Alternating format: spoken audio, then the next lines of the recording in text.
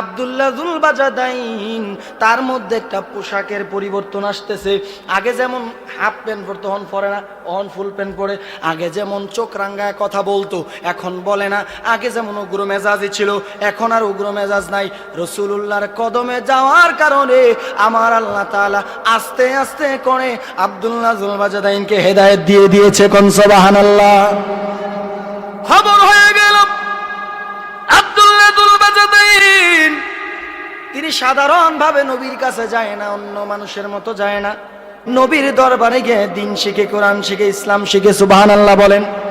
তার চাচা ডাক দিছে রাত্রের 9টা বাজে, খুব শীত। শীতের বেলা ডাক দিয়ে কয়, আব্দুল্লাহ আব্বু একটু এদিকে আসো। কত ভালো আচরণ। কয় চাচা কই গেছলা? এখন আব্দুল্লাহ তো মুসলমান, মুসলমান কখনো মিথ্যা বলতে পারে? আব্দুল্লাহ বলে, চাচা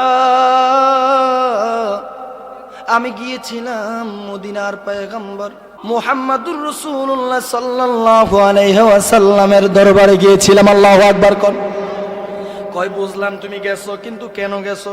কয় চাচা যেহেতু আপনি বুঝে ফেলেছেন, আপনার কাছে আর গোপন করা যাবে না। আমি আমার নবীর উপরে ঈমান এনেছি, আল্লাহর উপরে ঈমান এনেছি। আমি আর মূর্তি পূজা করি না, আমি আর মানুষের পূজা করি না, আমি আর সূর্যের পূজা করি না। আমি এখন থেকে এক আল্লাহর ইবাদত করি। কোন সুবহানাল্লাহ। আব্দুল্লাহ যুল বাজাদাইন সত্য কথা বলে দিলেন। বলে দেওয়ার পরে তার চাচা রাগান্বিত হয়ে গেলেন। একটু আগে বাপ ডাকছে, এবার কয়, রে আব্দুল্লাহ তুই কি জানোস নি কি কইতাছ? তুই আগুনের মধ্যে ঝাঁপ দিতে আসো? কয় না রে চাচা না, আমি যেন জাহান্নামের আগুন থেকে জান্নাতের সুশীতল ছায়া আসলাম। আমার কাছে এমন লাগে, আপনার কাছে আগুন লাগে কেন? কয় আমরা তো 360 দেব দেবীর পূজা করি, আমরা তো সূর্যের পূজা করি, চন্দ্রের পূজা করি, আমরা তো প্রকৃতির পূজা করি, আমরা এক আল্লাহ বিশ্বাস করি না। তুমিও করতে পারবা না, ইসলাম ছেড়ে দাও। কয় না চাচা না, যেইটা মানছি এটার জীবনে ছাড়া যাবে না।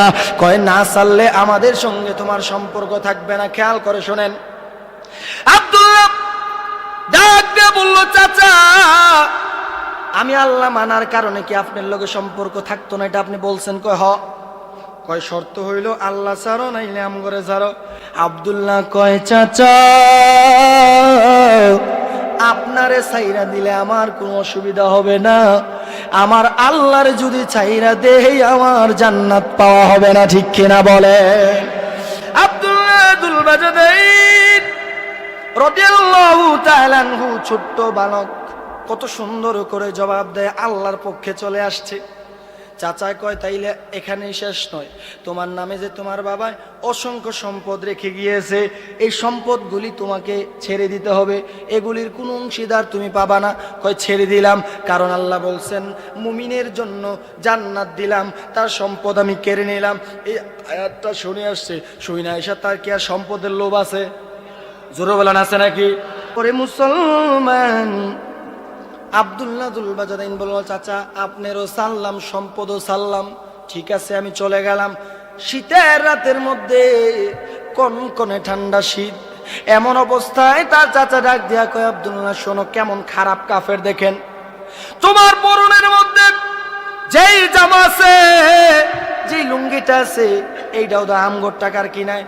তোমার মোহাম্মদ রে গিয়া বলো তোমার জামা কিনা দিতে, তোমার আল্লাহরে বলো আমগর জামা পইরা ইসলাম মানা যাবে না। এটা বলার পরে আব্দুল্লাহ যুল বাজাদাইন চোখের পানি ছেড়ে দিছে।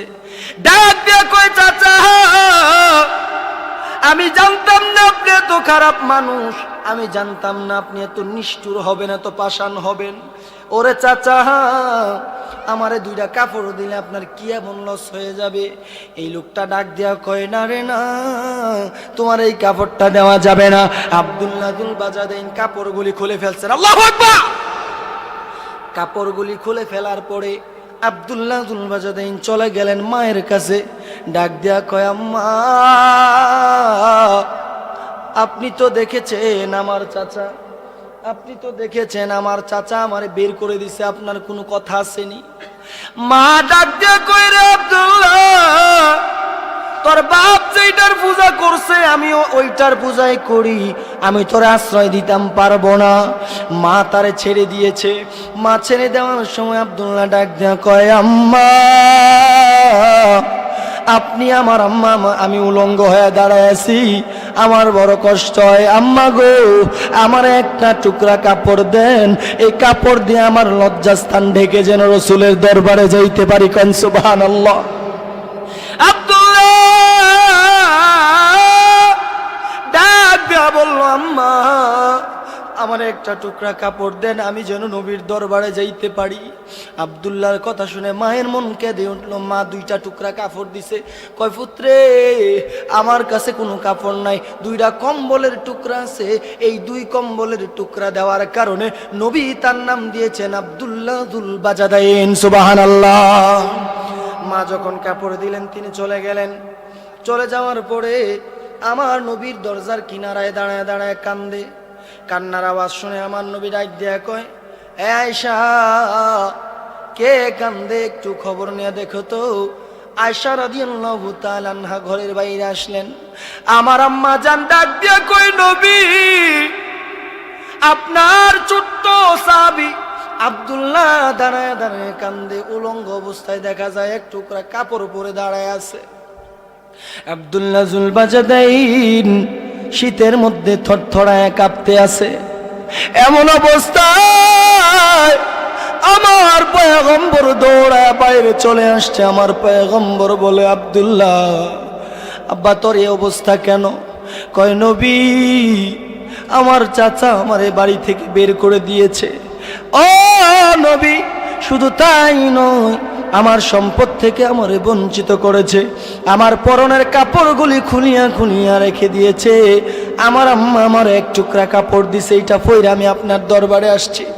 আমার নবী চোখের পানি ছেড়ে দিয়া আব্দুল্লাহ যুল বাজাদাইন রাদিয়াল্লাহু তাআলা আনহুকে বুকের মধ্যে জড়ায় ধরে বলল, আব্দুল্লাহ তোর চিন্তার কোনো কারণ নাই, তোর যেহেতু বাপ নাই, আজকে থেকে আমি মুহাম্মদ তোর বাবা হয়ে গেলাম। সম্পদের বিনিময়ে জান্নাত নাকি নবীজির সহচর হয়েছে, নবীজির সন্তান হওয়ার সৌভাগ্য লাভ করেছে। আব্দুল্লাহ কান্দে, কান্না বন্ধ হয় না।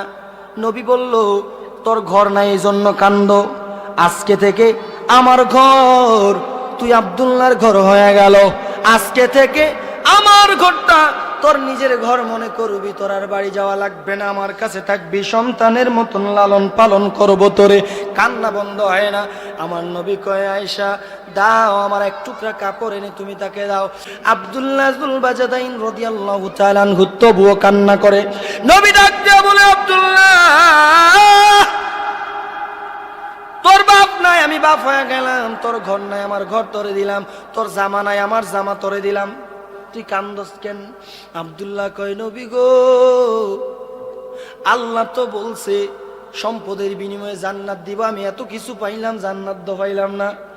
আল্লাহর কাছে একটু দোয়া করেন, আল্লাহ যেন আমার জিহাদের ময়দানে ইন্তেকাল করার মতন তৌফিক দেয়।